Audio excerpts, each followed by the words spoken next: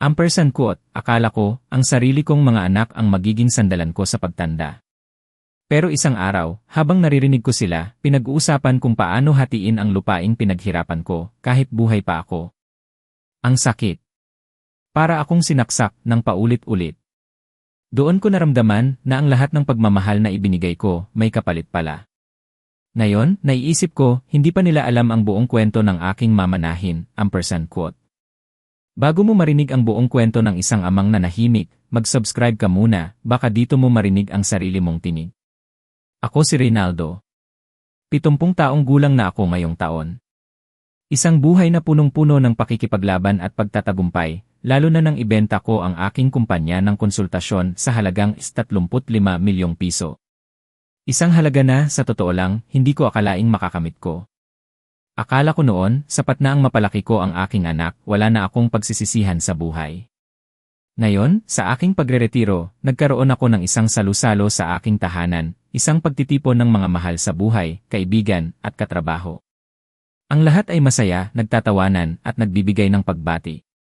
Ramdam ko ang mainit na pagtanggap ng mga tao, ngunit may bahid ng kakaibang kaba sa aking dibdib, isang pakiramdam na hindi ko maintindihan. Nang papalapit na ang oras para sa toast, nakita ko si Catalina, ang aking manugang, na nakatayo malapit sa mesa ng champagne. May kakaiba sa kanyang galaw, parang naghahanap ng pagkakataon. Kumuha siya ng isang maliit na bote mula sa kanyang bulsa, isang bagay na halos hindi ko napansin. Ang kanyang mata ay palingalinga, tila tinitiyak na walang nakakakita. Nakita ko siyang ibuhos ang nilalaman ng botelya sa isang partikular na baso. Ang basong iyon, tanda ko, ay ang baso na may maliit na mansa sa gilid, ang basong laging ginagamit ko tuwing may salo-salo. Nagawa kong mabilis na kunin ang basong iyon, at nang walang pag-aalinlangan, inilagay ko ang baso ni Aling Nena, ang ina ni Catalina, sa lugar ng aking baso. Isang mabilis na galaw, walang nakapansin, o kung mayroon man, hindi ito gaanong binigyang pansin. Pagkatapos ng ilang minuto, habang nagtatawanan pa ang lahat at nagpapalitan ng kwento, biglang bumagsak si Aling Nena. Ang kanyang baso ng champagne ay nahulog mula sa kanyang kamay, lumikha ng isang basag na tunog sa sahig na marmol ng aking kusina. Namimilipit siya sa sahig, may bula na lumalabas sa gilid ng kanyang labi, isang nakakagulat at nakakakilabot na tanawin. Nagkagulo ang lahat. Lumapit si Catalina, sumisigaw ng pangalan ng kanyang ina, at nagpapanggap na nag-aalala. Ngunit sa likod ng lahat ng kaguluhan, isang malinaw na kaisipan ang sumagi sa aking isipan. Naku, hindi naman dapat sa kanya mangyari yon. Hindi. Ito ay para sa akin, dapat akong maghinala na may mali nang mag-alok si Catalina na maging host. Ang parehong babae na laging nagrereklamo sa paglalagay ng pinggan sa dishwasher, ay biglang naging parang isang event organizer, nag-aayos ng mga bulaklak at nagpapahid ng baso na parang buhay niya ang nakasalalay. Nasa huli, marahil ay totoo.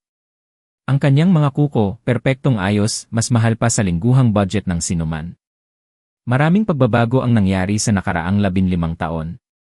Simula nang mawala ang aking asawa, ako ang mag-isang bumuo ng aming maliit na negosyo, nag-iisang lumaban sa mapanlinlang na mundo ng pagnenegosyo.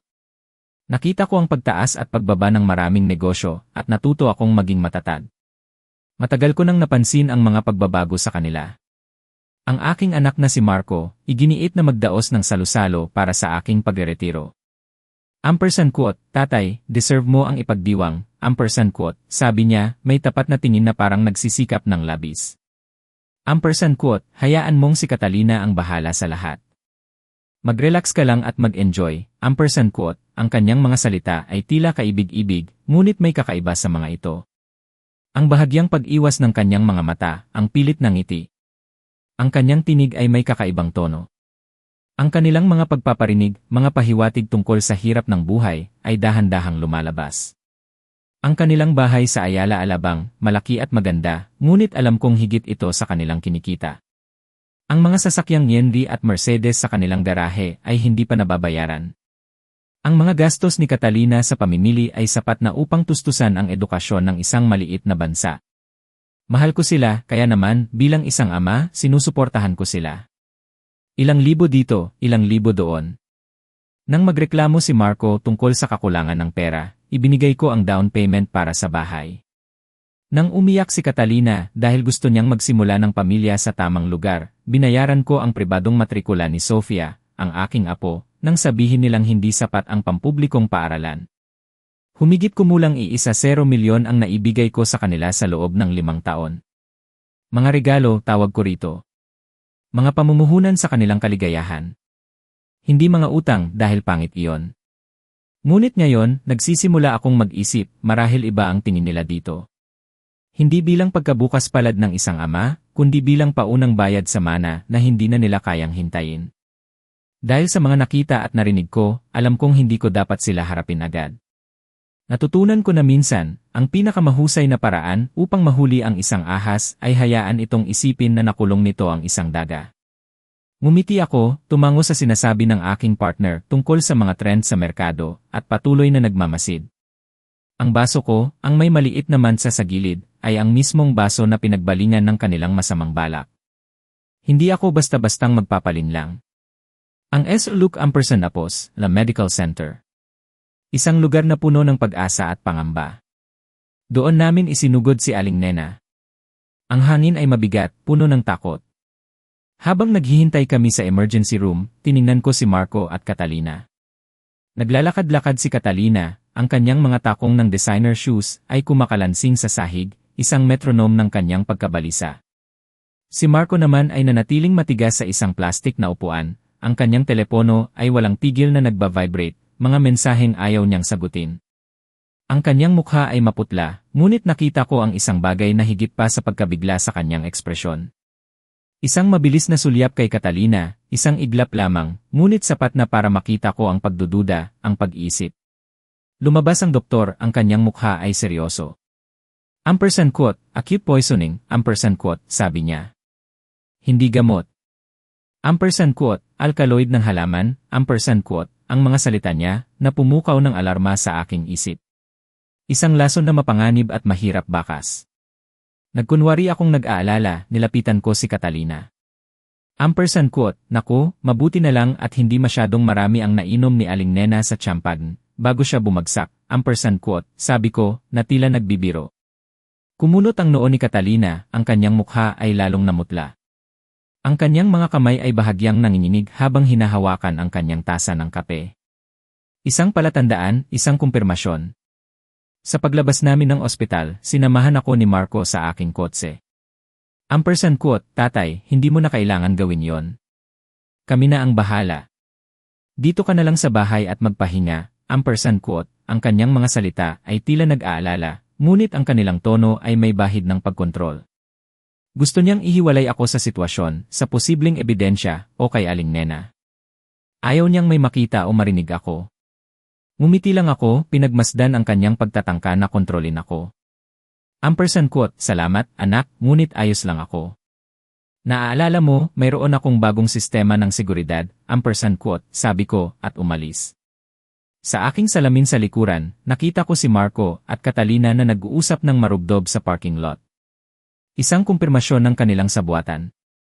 Nang makauwi ako, kumuha ako ng isang tunay na baso ng champagne, mula sa isang bagong bukas na bote, syempre.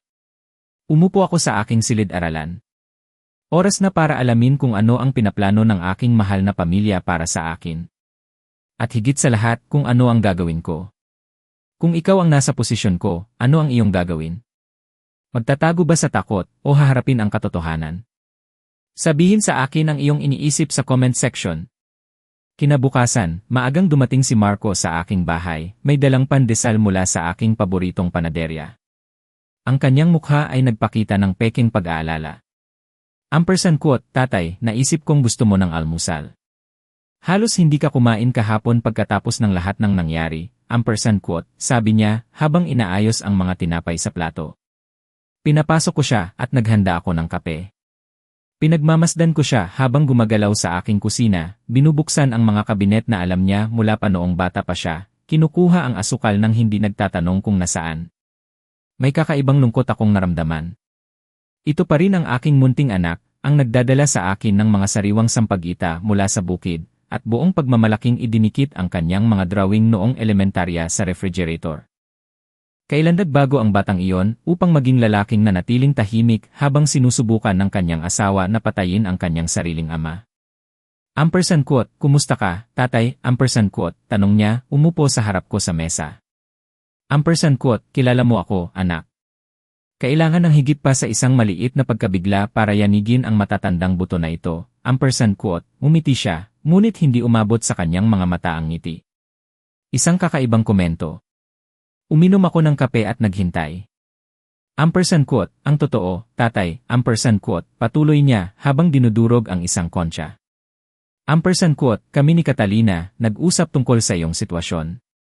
Ang iyong sitwasyon. 70 taong gulang na ako, anak. Nag-iisa ka sa malaking bahay na ito. Lahat ng pera mula sa pagbebenta, ampersand quote, iginapang niya ang kanyang kamay ng pabigla, ampersand quote, parang napakalaki para sa isang tao lang ang humawak, ampersand quote, nariyan na.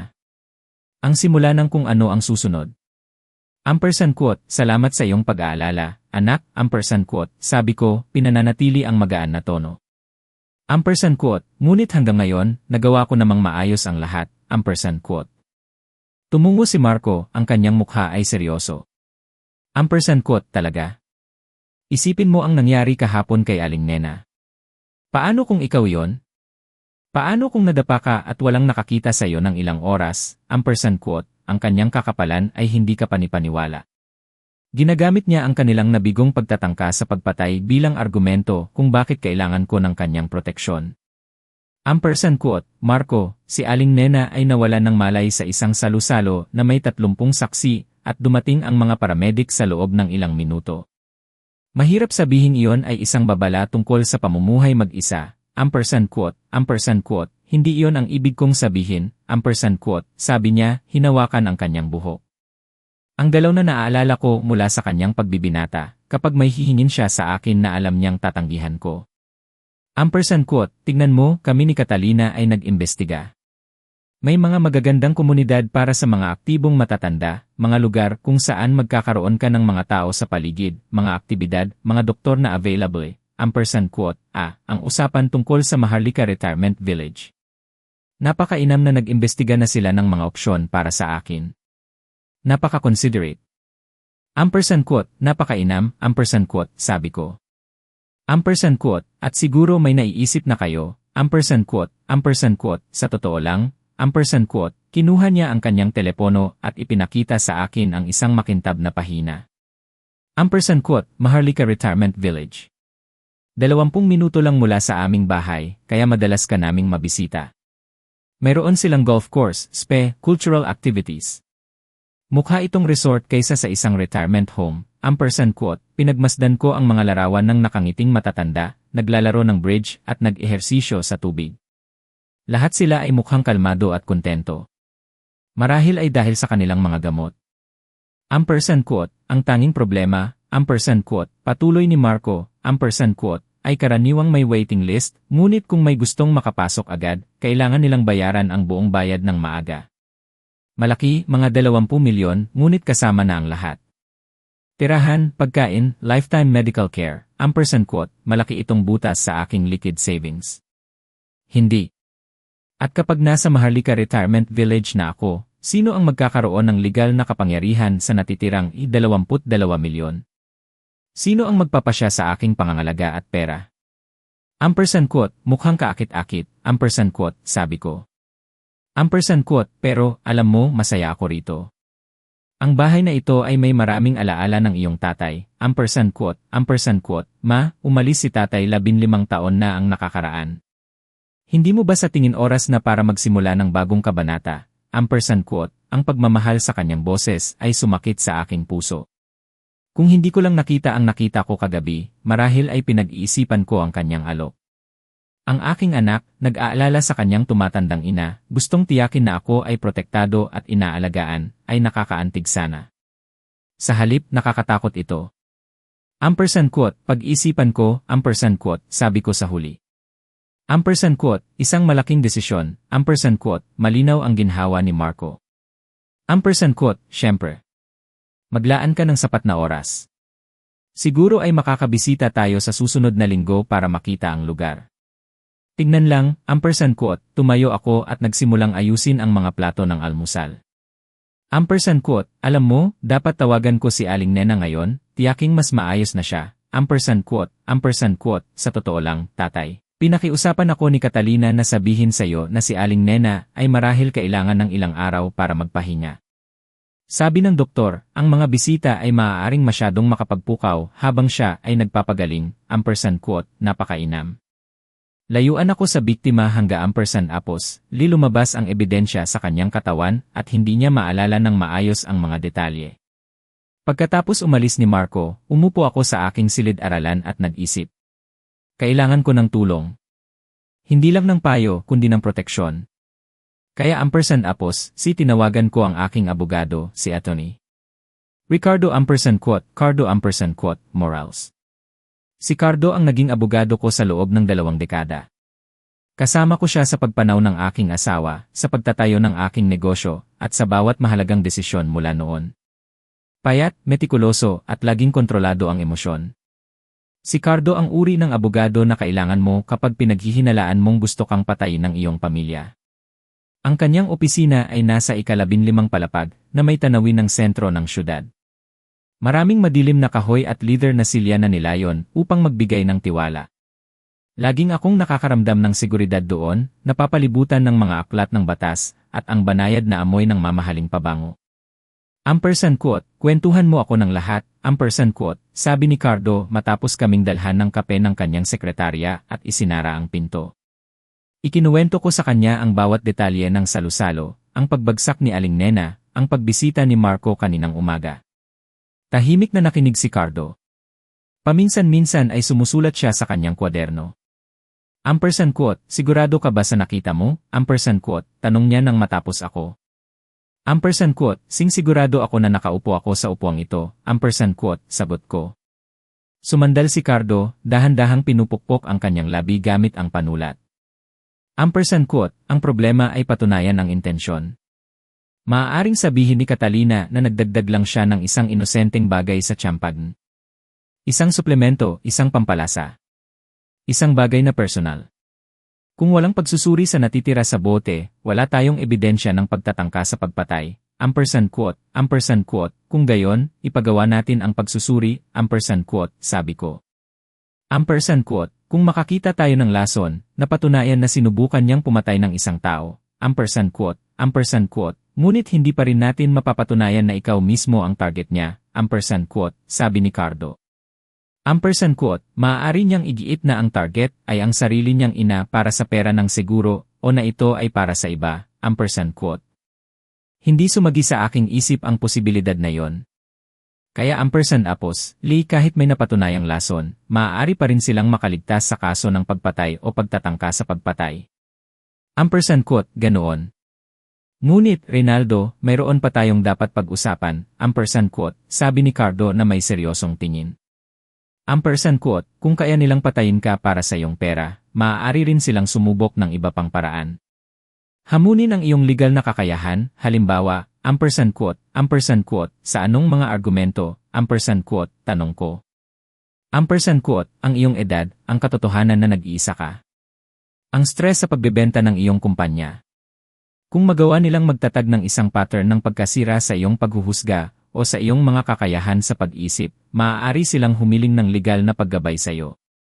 Kapag nagawa nilang kontrolin ang tao, kinokontrol din nila ang kanyang ari-arian, ampersand quote, biglang nagkaroon ng kahulugan ang ideya ng retirement home. Ihiwalay ako, palibutan ako ng mga doktor na handang magpatunay ng mga di umano ampersand apos, na palatandaan ng pagkalito o demensya. Lalo na kung ang mga profesional na ito ay binabayaran ng malaki para sa kanilang mga obserbasyon. Ampersand quote, ano ang dapat kong gawin? Ampersand quote, tanong ko. Nagbukas si Cardo ng drawer at kumuha ng isang makapal na folder. Ampersand quote, una, gagawa tayo ng record ng iyong kasalukuyang mental na estado. Mag-organisa ako ng isang geriatric psychiatrist upang suriin ka. Isang espesyalista sa pagtatasa ng kakayahan ng mga matatandang kliyente. Dapat itong mairehistro agad at pagkatapos ay titingnan natin kung paano tayo magiging malikhain sa pagpaplano ng iyong mana. Ampersand quote, ang kanyang ngiti ay matalim. Ampersand quote, kung gustong maglaro ni na Marco at Catalina sa iyong pera, hayaan silang gawin yon, ngunit sa iyong mga patakaran, napakadali para sa isang matandang babae na magkamali at uminom ng napakaraming tableta. Ampersand quote, ano ang inirekomenda mo? Ampersand quote, tanong ko. Ampersand quote, mga security camera, motion sensors. Isang panic button system. Kilala ko ang isang kumpanya na nagpoprotekta sa mga taong may mataas na yaman. Ampersand quote, mga taong may mataas na yaman. Iyon na ako ngayon. Maliwanag na mayaman na sapat para patayin. Pauwi, tiningnan ko nang may pagdududa ang bawat kotse sa salamin sa likuran, nagtatanong kung sinusundan nila ako. Marahil ay paranoia, ngunit gaya ng laging sinasabi ng aking asawa, hindi iyon paranoia kung talagang hinuhunting ka. Nang makarating ako sa aking garahe, nagring ang telepono. Si Catalina yon na may pilit na boses, puno ng peking kagalakan. Ampersand quote, tatay, gusto ko lang sabihin na nakalabas na si Aling Nena sa ospital. Mas maayos na siya, bagama ampersand apos, halos wala siyang naalala kagabi. Sabi ng doktor, normal lang iyon sa mga kasong ito, ampersand quote, napapanahon. Matapos ang lahat ng aking napagdaanan at napagtanto, isang malalim na desisyon ang aking binuo. Hindi ko hahayaang baliwalain ang lahat ng aking pinaghirapan. Kinailangan kong kumilos ng may katalinuhan at ng tahimimik. Kaya ampersand apos, liuna sa lahat, ipinagawa ko ang aking seguridad. Kumuha ako ng isang kumpanya na nag-install ng mga security camera sa bawat sulok ng bahay, mga motion sensor, at isang panic button na direktang konektado sa pulisya. Nang magtanong ang mga kapitbahay, sinabi ko lang na mayroon tayong ampersand quote, safety concerns due to recent petty crimes ampersand quote, sa lugar, isang katanggap-tanggap na dahilan sa panahong ito. Gusto kong tiyakin na bago pa man ako magsimulang maglaro, ang aking sariling depensa ay matibay. Dahil sa mundo ng negosyo, natutunan ko na minsan, ang pinakamahusay na opensa ay ang paghahanda ng iyong depensa. Nang matiyak ko ang kaligtasan ng aking tahanan, alam kong handa na ako. Isang umaga, habang umiinom ako ng aking kape at nagmumuni-muni sa hardin, nakita ko ang mga gumamela na namumukadkad. Naalala ko si Marco noong bata pa siya, ang kanyang pagiging inosente, ang kanyang mga ngiti. Sumakit ang aking puso, ngunit hindi na ako nagpadala sa damdamin. Panahon na. Tinawagan ko si Marco, inanyayahan siyang magtanghalian sa aming paboritong restaurant. Ampersand quote, Marco, nag-isip ako, ampersand quote, sabi ko nang may banayad na tinig, tila nag-aalangan. Ampersand quote, marahil tama ka. Sa edad ko, kailangan ko ng bagong yugto. Nagpasya akong pag-isipan ng seryoso ang tungkol sa Maharlika Retirement Village. Ampersand quote, narinig ko ang bahagyang paghinga niya sa kabilang linya, isang senyales ng pagkabigla at pag-asa. Sa tanghalian, pinagmasdan ko ang kanyang mukha habang sinasabi ko ang bawat salita. Ampersand quote, tinawagan ko na ang Maharlika Retirement Village. May bakante, ngunit kailangan itong bayaran agad, Marco. Isang malaking halaga, mga 20 milyon, para masiguro ang lugar. At kailangan ko ng tulong mo sa mga papeles, lalo na sa power of attorney. Kailangan ng lugar na may magdedesisyon para sa akin, kung sakaling hindi na ako makapagdesisyon ng maayos. Ampersand quote, ang mga mata ni Marco ay lumiwanag, hindi makapaniwala. Akala niya sa wakas nagtagumpay siya. Ang kanyang ngiti ay malawak, ngunit sa aking mga mata, ito ay walang iba kundi isang maskara ng kasakiman. Ang sakit ay nanatili sa aking dibdib, ngunit tiniis ko yon. Habang iniisip kong magplano ng aking mga susunod na hakbang, tinawagan ko si Gabriela ampersand quote, Gaby ampersand quote, Santos, isang pribadong investigador na nakatrabaho ko na noon. Si Gaby ay kilala sa kanyang talas at kakayahan sa paghahanap ng impormasyon. Ampersand quote, Gaby, ampersand quote, sabi ko. Ampersand quote, kailangan ko ng pabor.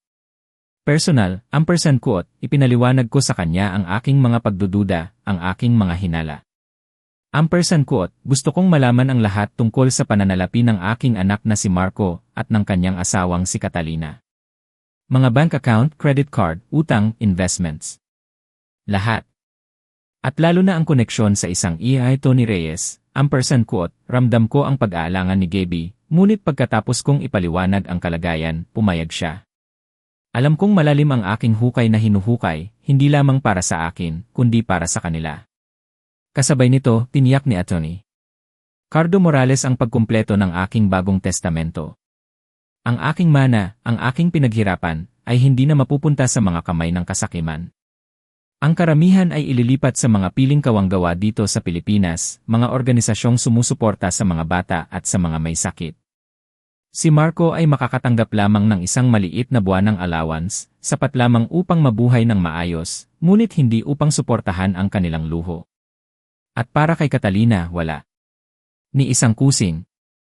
Alam kong masisira ang kanilang mga pangarap, ngunit ito ay isang aral na kailangan nilang matutunan. Habang ginagawa ni Gabby Santos ang kanyang trabaho, bumalik ako sa aking mga nakagawian. Ngunit ang aking isip ay patuloy na nagtatakda ng mga piraso ng puzzle. Ilang araw lamang, at dumating ang email ni Gabby. Ang kanyang ulat ay detalyado, malamig at walang emosyon. Binuksan ko yon, at ang bawat salita ay tumagos sa aking puso na parang patalim. Ang kanilang bahay sa Ayala Alabang ay hindi lang nakasanla, kundi nakasanla na ng 3 beses, mayroon pang credit line na sagad na. Ang kanilang mga utang sa credit card ay umaabot sa 4 milyong piso, isang halaga na nakakagulat. Ang kumpanya ni Marco ay nalulugi na sa loob ng 2 taon, at ang negosyo ng alahas ni Catalina ay isa lamang mamahaling libangan na walang kita. Nabubuhay sila sa utang, nagbabayad ng isang credit card gamit ang isa pa, mga klasikong senyales ng desperasyon. Ngunit ang pinakamalaking bigat, ang pinakamasakit na katotohanan, ay ang huling linya sa ulat. 6 na buwan na ang nakalipas, kumuha si Catalina ng isang life insurance policy sa aking pangalan. Halagang 25 milyong piso na siya ang beneficiary.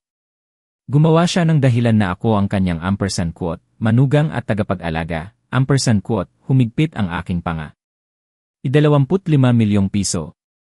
Nagpaplano na sila ng buwan, hindi lang araw. At mayroon pa. Si Marco, anak ko, ay regular na nagbabayad kay Ir Antonio Tony Reyes, isang geriatric psychiatrist. Hindi ko na kailangan tanungin kung para saan yon. Kilala si Ir Tony Reyes sa kanyang kakayahan na tulungan ang mga pamilyang gustong kontrolin ang kanilang matatandang kamag-anak. Nagsimula ang mga bayad 3 buwan na ang nakakaraan. Mga maliliit na halaga, tila bayad sa konsultasyon. Ngunit alam kong higit pa roon ang ibig sabihin. Ang aking puso ay tila dinudurog. Ito ang aking anak, ang aking Marco, na handang magpakana laban sa kanyang sariling ama. Ang mga alaala ng kanyang mga ngiti, ng mga sampag-ita na dinadala niya sa akin noong bata pa siya, ay biglang naging abo. Isang malalim na galit ang bumalot sa akin, ngunit nanatili akong kalmado sa labas. Hindi oras para sa emosyon. Panahon na para sa hustisya. Habang nagmumuni-muni ako sa mga detalyeng ito, biglang tumunog ang doorbell. Nang tignan ko sa monitor, nakita ko si Aling Nena. Si Aling Nena, mahina pa rin ang kanyang tindig, ngunit tila mas matatag kaysa sa inaasahan ko. Pinapasok ko siya at naghanda ako ng kape. Pinagmasdan ko ang kanyang mukha, naghahanap ng anumang senyales ng kanyang pagkalason. Mukha siyang pagod, ngunit malinaw ang kanyang isip. Hindi siya kasing kalimutin gaya ng gustong ipaniwala ni Catalina sa akin. Elena, sinabi ni Catalina na nag-react ako sa gamot, sabi niya habang umuupo sa aking sala. Pero Elena, wala akong iniinom kundi bitamina sa loob ng maraming taon, ito ay interesante. Ano ang naaalala mo sa salusalo, tanong ko. Lahat, sabi niya, ang kanyang boses ay mahina. Hanggang sa nagsimula akong makaramdam ng hilo. Naalala ko nakakaiba ang lasa ng champagne, mapait, halos parang metal. At naaalala ko rin na nakita ko si Catalina malapit sa mesa ng inumin, may ginagawa sa isang maliit na bote, nanginig ang aking pulso. Anong klaseng boat, tanong ko. Isang parang dropper. Tulad ng ginagamit para sa essential oils o iba pang bagay, nanginig ang mga kamay ni Aling Nena habang inilalagay ang kanyang tasa sa mesa. Elena, sa tingin ko, sinubukan akong lasunin ng aking anak, bakit mo naman isipin yan, ang tawa ni Aling Nena ay mapait. Dahil sa loob ng ilang buwan, pinag-uusapan niya ang iyong pera, kung gaano kalaki ang iyong ari-arian habang nahihirapan sila. Kung gaano kadali ang kanilang buhay kung may mangyari sa iyo, ang mga piraso ay nagsimulang magkabit-kabit. May sinabi pa ba siyang konkreto? Tanong ko.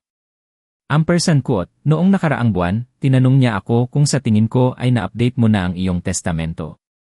Labis siyang nag-aalala tungkol sa mana Ampersand quote, sinubukan kanyang patayin, at muntik na akong mamatay sa iyong lugar. Ampersand quote, tahimik kaming nanatili ng ilang segundo, tinatanggap ang laki ng nangyari. Ampersand quote, at ano ang gagawin mo? Ampersand quote, tanong ni Aling Nena sa wakas. Ampersand quote, bibigyan ko sila ng eksakto kung ano ang gusto nila. Ampersand quote, sagot ko. Ampersand quote, ngunit hindi sa paraang inaasahan nilang matanggap. Ampersand quote. Dumating ang araw. Isang araw na tila nilikha para sa isang huling sayaw, para sa pagtatapos ng isang kabanata na puno ng pagtataksil at pait. Si Marco at Catalina, maaga sila sa takdang oras, puno ng tiwala at pagmamadali. Bitbit ni Marco ang isang makapal na folder, ang mga mata niya ay nagkislapan sa inaasahang tagumpay. Ampersand quote, tatay, handa na kami? Ampersand quote, sabi ni Marco, ang kanyang boses ay may halong tuwa. Pinaupo ko sila sa sala, ang lugar kung saan kami nagdaos ng maraming pagdiriwang, puno ng mga alaala ng pamilya. Ipinakalat ni Catalina ang mga papeles sa ibabaw ng aking mesa, tila mga general na nagpaplano ng isang labanan. Ampersand quote, ito ang kontrata ng pagpasok. Ampersand quote, paliwanag ni Catalina, itinuturo ang isang tumpok ng mga papeles. Ampersand quote, at ito naman ang financial declaration form, kailangan mong ilista ang lahat ng iyong ari-arian para makalkula nila ang iyong buwanang bayarin. Napakakumpleto. Ampersand quote, pinagmasdan ko ang mga dokumento, ang bawat salita ay tila isang balaraw na nakatago sa likod ng magandang print. Alam kong gusto nila ang lahat ng detalye ng aking buhay, ang bawat sentimo na aking pinaghirapan. Ampersand quote, narito rin ang power of attorney. Ampersand quote, dagdag ni Marco, itinulak ang isa pang dokumento patungo sa akin. Ampersand quote, pamantayan lang ito, tatay. Binibigyan lang ako nito ng kapangyarihan na hawakan ang iyong mga financial na gawain kung sakaling hindi mo na kaya. Ampersand quote, ang kanyang boses ay tila nagpapaliwanag, ngunit alam kong ang kanyang puso ay puno ng kasakiman. Ang aking kamay ay dahan-dahang lumapit sa mga papeles. Dahan-dahan kong binasa ang power of attorney. Ito ay mas malawak kaysa sa sinabi ni Marco. Sa pirma kong iyon, magkakaroon siya ng agarang access sa aking mga bank account, investment portfolio, at ang kapangyarihan na gumawa ng anumang financial na desisyon sa aking ngalan. Napakalawak ng saklaw. Ampersand quote, mukhang napakalawak nito. Ampersand quote, sabi ko, pinananatili ang aking tinig na kalmado. Ampersand quote, kailangan ko ba talagang bigyan ka ng ganoong kalaking kapangyarihan? Ampersand quote, tatay, ito ay isang preventive measure lang. Ampersand quote, sabi ni Marco. Ampersand quote, kinakailangan ng lugar. At sa totoo lang, sa iyong edad, magandang may mas bata na humahawak sa komplikadong pinansyal. Ampersand quote, naroon na naman ang linyang iyon. Ampersand quote, sa iyong edad. Ampersand quote, tila ba ang pagiging 70 taong gulang ay katumbas ng pagiging patay na nang hindi nalalaman? Ampersand quote, paano kung magbago ang aking isip tungkol sa Maharlika Retirement Village? Ampersand quote, tanong ko. Ampersand quote, maaari bang bawiin ito? Ampersand quote, nagpalitan sina Marco at Catalina ng mabilis na tingin. Ampersand quote, technical. Ampersand quote, sabi ni Catalina. Ampersand quote, ngunit ang lugar ay may mahigpit na patakaran para sa mga residente na sumusubok umalis. May mga medical na pagsusuri, waiting period. Komplikado. Ampersand quote, alam kong. Kapag napirmahan ko ang mga papeles na ito at lumipat sa Maharlika Retirement Village, makokontrol nila ang aking pera. At magiging napakahirap para sa akin na umalis. Lalo na kung si E.R. Tony Reyes ay handang magpatunay sa aking mental na kakayahan. Ampersand quote, kailangan kong pag-isipan ito buong magdamag. Ampersand quote, sabi ko, kinuha ang mga papeles. Ampersand quote, isang malaking desisyon. Ampersand quote, ang mukha ni Marco ay nawala ang saya. Ampersand quote, tatay, tandaan na kailangan nating ibigay ang lahat bukas kung gusto mo ang unit. Ampersand quote, naiintindihan ko. Ampersand quote, sagot ko. Ampersand quote, bibigyan ko kayo ng sagot bukas ng umaga. Ampersand quote, lumipas ang halos isang oras. Nagpapalitan sila ng mga tingin, tila mga bata na hindi makapaniwala na maaga ang Pasko. Habang ibinibigay ko ang mga numero ng account at mga access code, ang aking puso ay nanatiling tahimik, ngunit ang aking isip ay nagtatakda ng mga huling piraso. Ampersand quote, mayroon pa. Ampersand quote, sabi ko, nang matapos kami.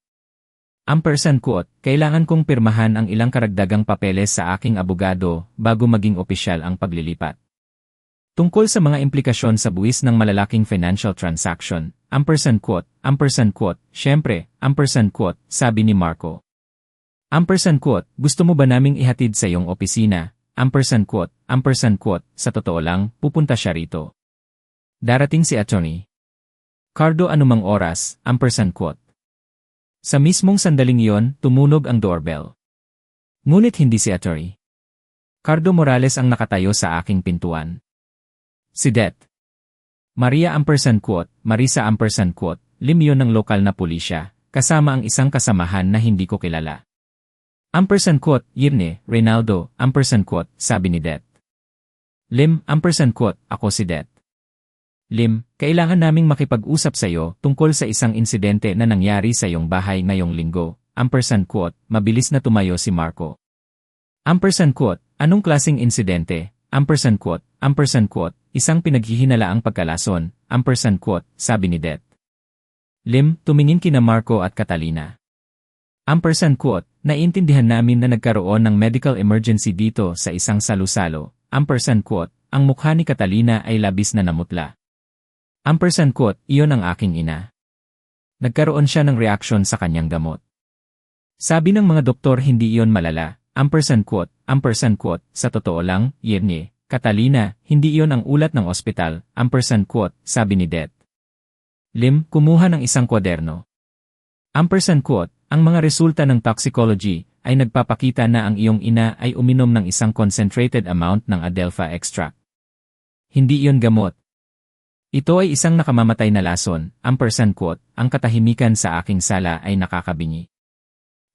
Quote, sinuri din namin ang tiyampag na natira mula sa gabing iyon. Quote, patuloy ni Det. Lim, quote, ang bukas na bote para sa salusalo ay naglalaman ng parehong Adelpha extract. Sinadyang lasunin ang tiyampag na iyon. Quote, tiningnan ni Marco si Catalina na may lumalaking takot. Quote, Catalina, ano ang ginawa mo? Quote, wala akong ginawa. Quote, ang boses ni Catalina ay puno ng panik. Quote, baliw ito. Bakit ko naman lalasonin ang sarili kong ina? Quote, iyan ang sinusubukan naming alamin. Quote, sabi ni Det. Lim, quote, lalo na dahil ang baso ng tiyampag na may pinakamataas na konsentrasyon ng lason ay orihinal na nilayon para sa Yenye, Reynaldo. Quote, si Catalina ay tila mawawalan ng malay. Si Marco ay bumagsak muli sa kanyang upuan, ang kanyang mukha ay maputla. Quote, mayroon pa? Quote, sabi ko, mahina ang aking boses. Quote, detektibo, ipakita mo sa kanila ang life insurance policy. Quote, tumango si Det. Lim at kumuha ng isa pang dokumento. Quote, Yirne, Catalina, nalaman namin na 6 na buwan na ang nakakaraan. Kumuha ka ng 25 milyong piso na life insurance policy sa Yenye, Reynaldo. Nagbibigay iyan sa iyo ng malinaw na motibo sa pinansyal para sa pagpatay. Quote, baliw ito. Quote, bulong ni Catalina. Quote, tatay, sabihin mo sa kanila na baliw ito. Quote, tiningnan ko ang aking manugang, ang babaeng ito na nagkunwari na nag-aalala sa akin habang pinaplano ang aking kamatayan. Quote, sinadyang nilagyan mo ng lason ang aking baso ng tiyampag, Catalina. Pinalitan ko ang ating mga inumin. Quote, ang ulo ni Marco ay biglang naitaas. Quote, alam mo? Alam mong sinusubukan kanyang lasunin? Quote, alam ko na sa loob ng ilang araw. Alam ko rin ang tungkol sa inyong sitwasyong pinansyal. Tungkol kay Tony Reyes. Tungkol sa inyong plano na ipadeklarang wala akong kakayahan. Alam ko ang lahat. Quote, ang mga papeles ng power of attorney ay nadulas mula sa mga manhid na daliri ni Marco. Quote, tatay, hindi ko kailanman. Hindi ko alam ang tungkol sa lason. Sumusumpa ako sa Diyos na hindi ko alam na susubukan kanyang patayin. Quote, ngunit alam mo ang lahat ng iba pa, hindi ba? Quote, sabi ko. Quote, ang retirement home. Ang power of attorney. Ang plano na kunin ang aking pera. Quote, ang pananahimik ni Marco ay sapat na sagot. Sumulong si Det. Lim, quote, Catalina Ramos, ikaw ay inaresto para sa pagtatangka sa pagpatay. Quote, habang ikinakabit sa kanya ang posas, humarap sa akin si Catalina, ang kanyang mga mata ay puno ng galit. Ampersand quote, akala mo matalino ka, tatay, hindi ba? Akala ko, inaayos lang namin ang isang bagay na hindi maiiwasan. Ampersand quote, ang kanyang pagtanggi ay parang tunog ng isang taong nalulunod, naghahanap ng kung ano ang makakapitan. Ampersand quote, syempre, ang pera. Iyon din ang tungkol sa proteksyon, hindi ba? Ang aming negosyo ay bumababa, tatay. Lubog kami sa utang.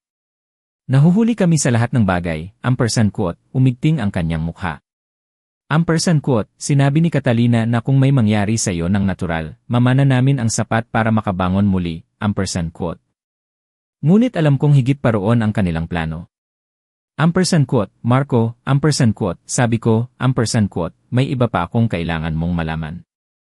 Kumuha ako ng isang pribadong investigador upang suriin ang inyong pananalapi, ampersand quote, ang kanyang mukha ay lalong namutla. Ampersand quote, ano ang nahanap mo, ampersand quote, lahat, ampersand quote, sagot ko. Ampersand quote, ang utang. Ang bagsak na negosyo. Ang katotohanan na nabubuhay ka ng higit sa iyong kakayahan sa loob ng maraming taon, ampersand quote, kinuha ko ang ulat ni Gabby Santos. Ampersand quote, ngunit may isang bagay na partikular na nakakuha ng aking pansin. Ang mga bayad kay Ear Tony Reyes, ampersand quote, tatay, kaya kong ipaliwanag, ampersand quote, sabi niya, ngunit walang tunog ang kanyang tinig. Ampersand quote, talaga, ampersand quote, tanong ko. Ampersand quote, dahil ayon dito, binabayaran mo siya para kumonsulta tungkol sa akin, 3 buwan na bago mo pa man banggitin ang Maharlika Retirement Village.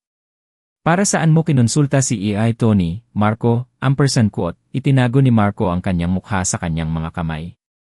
Ampersand quote, sinabi ni Catalina na kailangan namin ng backup plan, kung sakaling ayaw mong pirmahan ang power of attorney ng kusa. Isang backup plan. Pumayag si E.R. Tony na suriin ka at maghanap ng mga senyales ng demensya o kawalan ng kakayahan.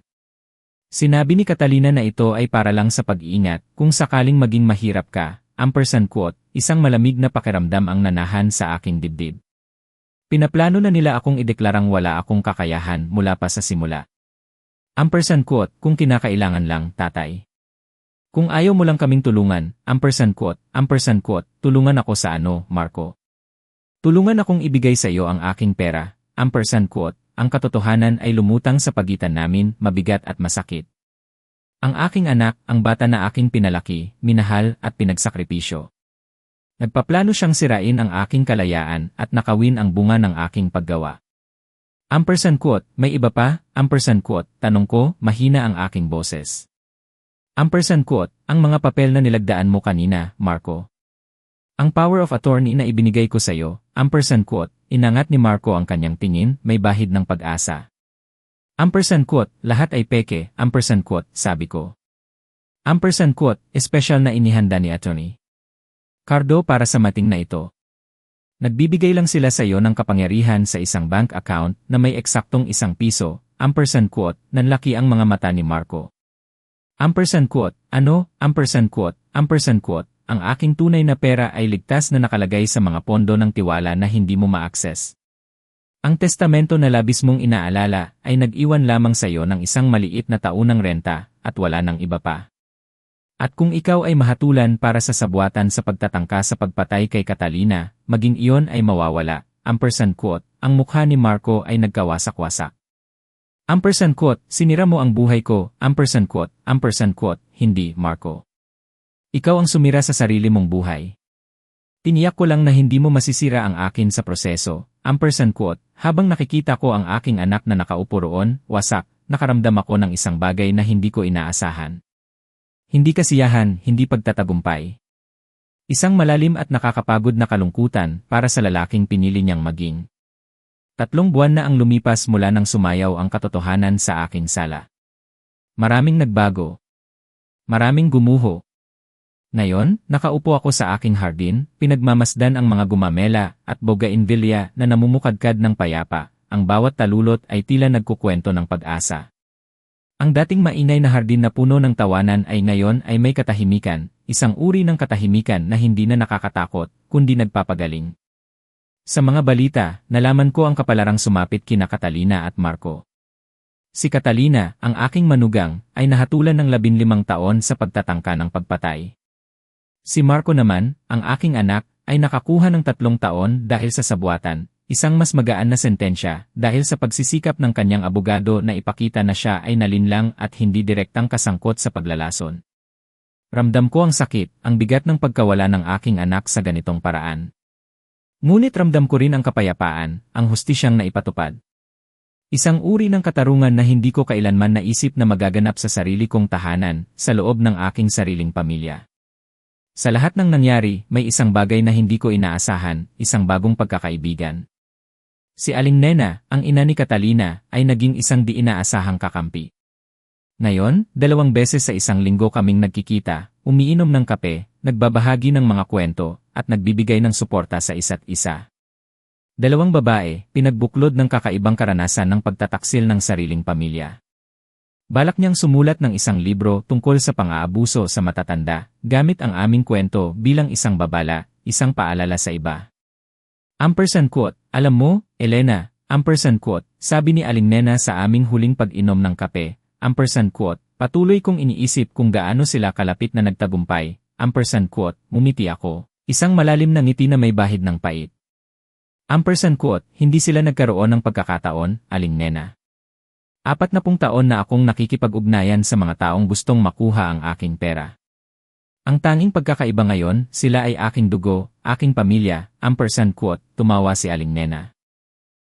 Quote, may pagsisisi ka ba sa kung paano nauwi sa bilangguan ang dalawa? Quote, pinag-isipan ko ng seryoso ang tanong. Nagsisisi ako. Si Marco ay anak ko, ang batang aking pinalaki at minahal. Ngunit siya rin ay isang lalaking handang sirain ang aking buhay para sa pera. Nagsisisi ako na kinailangan kong gawin ito, sabi ko sa huli, ngunit hindi ko pinagsisisihan ang pagprotekta sa aking sarili. May hangganan ang kabaitan. Kung minsan, ang pagiging tahimik ay hindi kapayapaan, kundi pagpayag sa kasamaan. Ang matalinong pagganti ay hindi para sa puot, kundi para sa katarungan, upang ipaalala sa iba ang halaga ng moralidad. Ito ang aking natutunan, ang aking napagtanto. Isang hapon, habang nagmumuni-muni ako sa aking hardin, tumunog ang aking telepono. Si Sofia, ang aking apo, ang tumawag. Sa edad na 16, sapat na siyang matalino upang maunawaan ang ginawa ng kanyang mga magulang, at sapat na siyang nagulat sa kanilang mga desisyon. Quote, Lola Elena, labis po akong humihingi ng paumanhin, quote, sabi niya, ang kanyang boses ay nanginginig sa luha. Quote, wala po akong ideya na pinaplano nila ang lahat ng ito, quote, alam ko, mahal ko, quote, sabi ko. Quote, hindi mo ito kasalanan. Maaari po ba akong bumisita sa iyo ngayong tag-araw? Alam kong wala sina mama at papa, pero gusto ko po kayong makita, quote, mahal ko, quote, sabi ko, at sinsero ako. Si Sofia ay inosente sa lahat ng ito. Biktima ng kasakiman ng kanyang mga magulang tulad ko. Ito ang aking pag-asa, ang aking bagong simula. Quote, Lola Elena, tinanggap po ako salaw, gaya po ng iyong mungkahi. Hindi po ako makapaghintay na ikwento sa inyo ang lahat pag bumisita po ako, quote, umiti ako habang nagtatype ng sagot. Quote, congratulations, mahal ko. Labis akong ipinagmamalaki sa iyo, quote, marahil iyon ang tunay na tagumpay. Hindi ang pag-iwas sa plano ni Marco at Catalina, kundi ang pagtiyak na ang susunod na henerasyon ay magkaroon ng pagkakataong pumili ng mas mahusay. Si Sofia ay lalaki na may kaalaman na ang pera ay isang kasangkapan, hindi isang layunin. Na ang pamilya ay nangangahulugang suporta at pagmamahal, hindi pagsasamantala o kasakiman. Ang tunay na pagmamahal ay hindi pagmamayari, kundi pagpapalaya. Ang respeto sa bawat isa ang tanging pundasyon ng pamilya. Ang paglago ay hindi paghahanap ng kung ano ang maibibigay sa iyo ng mundo, kundi ang pag-alam kung ano ang maibibigay mo sa mundo, at kung paano mo pahahalagahan ang mga biyaya sa iyong buhay. Isang araw, bumisita si Atty. Cardo, may dalang magandang balita. Ang life insurance policy ni Catalina ay kinansela, ibabalik ang lahat ng kanyang premium na binayaran. Ang mga utang ni Marco ay kinukumpiska ang lahat ng kanyang ari-arian upang bayaran ang kanyang mga utang, kasama na ang bahay na tinulungan kong bilhin para sa kanila. Quote, nag-aalok sila kung gusto mong bilhin ang bahay, Elena, quote, sabi ni Atty. Cardo. Napaisip ako sa bahay ni Marco at Catalina, ang kanilang mga granite counter at cathedral ceiling. Lahat ng magagandang bagay na labis nilang hinahangad.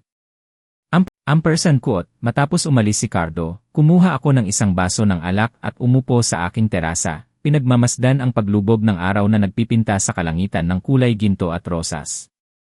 Sa edad ko na 70, natutunan ko na ang pera ay maaaring maglabas ng pinakamabuti at pinakamasama sa mga tao. Sa kasamaang palad, sa sarili kong pamilya, inilabas nito ang pinakamasama. Ngunit may natutunan din ako. Mas malakas ako kaysa sa aking naisip. Sapat na matalino upang makita ang kanilang mga plano. Sapat na matatag upang pigilan sila. At sapat na resilient upang bumuo ng isang bagong buhay nang wala sila. Nagsimula ako ng kwentong ito tungkol sa isang nabigong pagkalason sa aking retirement party, ngunit sa totoo lang, ito ay tungkol sa isang bagay na higit na mahalaga. Ang pagkakaiba sa pagitan ng pagiging matanda at pagiging walang kapangyarihan. Marahil ay 70 taong gulang na ako, ngunit malayo ako sa pagiging walang kapangyarihan.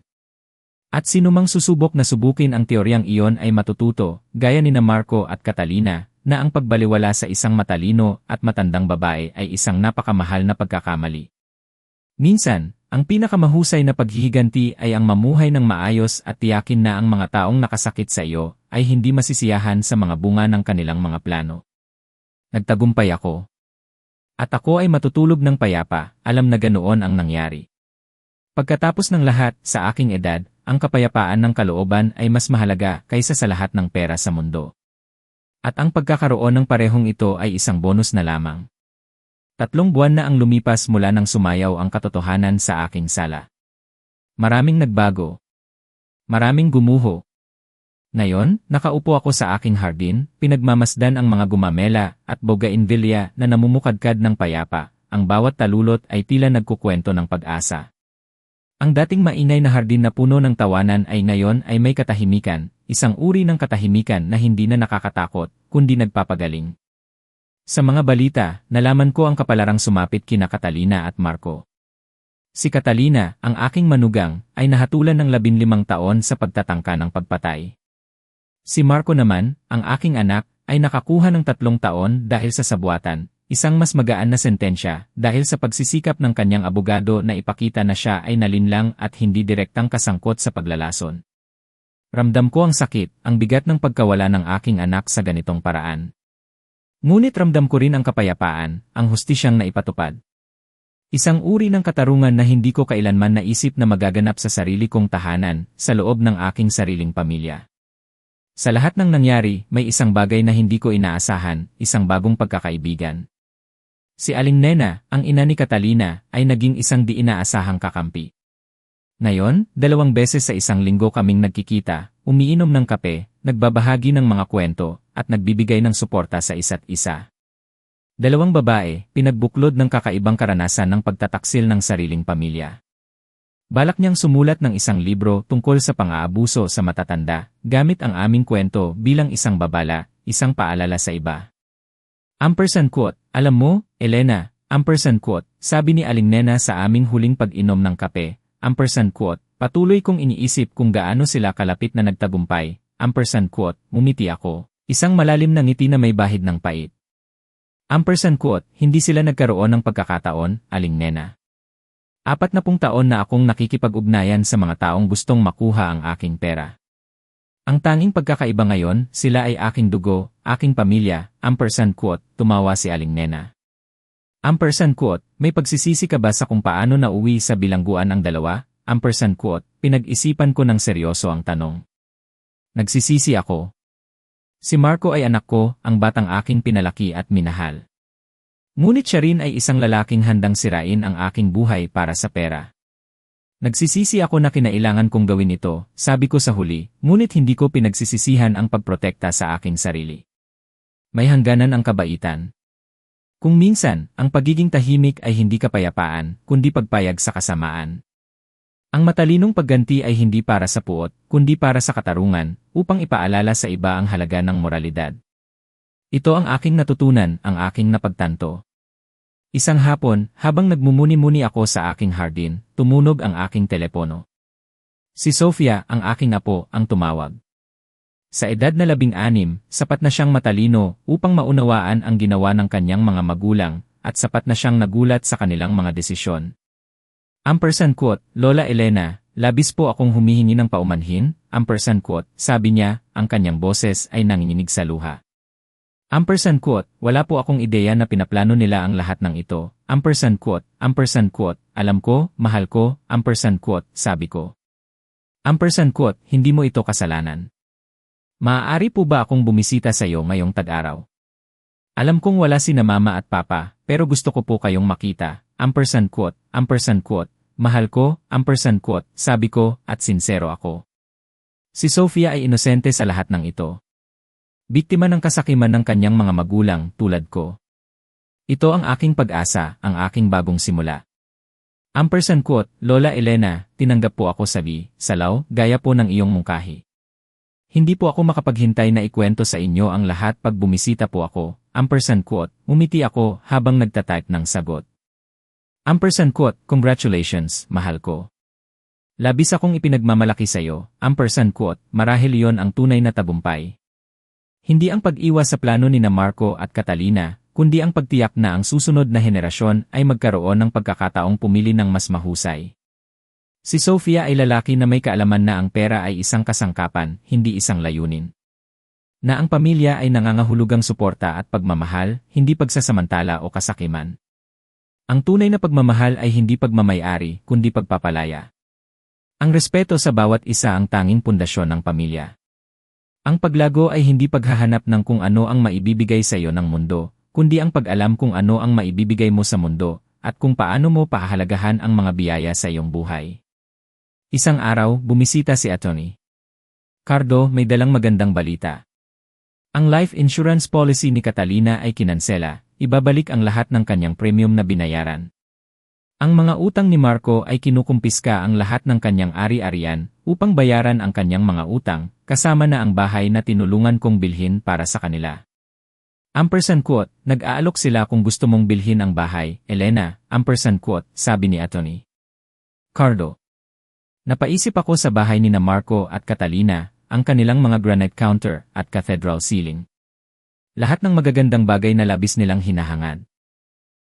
Quote, hindi, quote, sabi ko. Quote, hayaan na lang na iba ang magkaroon niyan. Isang taong kayang bayaran ng matapat, quote, tumango si Atty. Cardo at kumuha ng isa pang dokumento. Quote, ang huling punto. Kumpleto na ang restruktura ng iyong trust. Ang iyong pera ay protektado na ngayon habang buhay. Walang sinuman ang makaka-access dito nang walang iyong malinaw na nakasulat na pahintulot. At kung may sinumang susubok na ideklara kang walang kakayahan, otomatikong ililipat ang trust sa isang charitable organization, quote, salamat, Cardo, quote, sabi ko. Quote, salamat sa lahat, quote, matapos umalis si Cardo, kumuha ako ng isang baso ng alak at umupo sa aking terasa. Pinagmamasdan ang paglubob ng araw na nagpipinta sa kalangitan ng kulay ginto at rosas. Sa edad ko na 70, natutunan ko na ang pera ay maaaring maglabas ng pinakamabuti at pinakamasama sa mga tao. Sa kasamaang palad, sa sarili kong pamilya, inilabas nito ang pinakamasama. Ngunit may natutunan din ako. Mas malakas ako kaysa sa aking naisip. Sapat na matalino upang makita ang kanilang mga plano. Sapat na matatag upang pigilan sila. At sapat na resilient upang bumuo ng isang bagong buhay nang wala sila. Nagsimula ako ng kwentong ito tungkol sa isang nabigong pagkalason sa aking retirement party, ngunit sa totoo lang, ito ay tungkol sa isang bagay na higit na mahalaga. Ang pagkakaiba sa pagitan ng pagiging matanda at pagiging walang kapangyarihan. Marahil ay 70 taong gulang na ako, ngunit malayo ako sa pagiging walang kapangyarihan. At sinumang susubok na subukin ang teoryang iyon ay matututo, gaya ni na Marco at Catalina, na ang pagbaliwala sa isang matalino at matandang babae ay isang napakamahal na pagkakamali. Minsan, ang pinakamahusay na paghihiganti ay ang mamuhay ng maayos at tiyakin na ang mga taong nakasakit sa iyo ay hindi masisiyahan sa mga bunga ng kanilang mga plano. Nagtagumpay ako.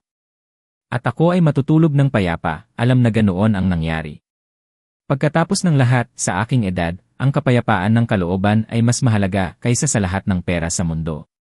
At ang pagkakaroon ng parehong ito ay isang bonus na lamang.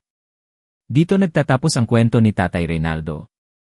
Ano sa palagay ninyo ang naging desisyon ni Tatay Reynaldo? Kung kayo ang nasa kanyang posisyon, mayroon ba kayong gagawing iba? Ibahagi kung ang kwentong ito ay nagbigay sa inyo ng pagmumuni-muni o nakaramdam kayo ng anumang emosyon, huwag kalimutang mag-iwan ng like, ibahagi ito sa isang taong sa tingin ninyo ay madarama rin ito, at mag-subscribe sa channel ng Tahimik na Ama para hindi ninyo mapalampas ang mga susunod pang misteryo. Magkita-kita tayo sa susunod na kwento, at sino ang makapagsasabi, sa susunod baka kayo na mismo ang bida.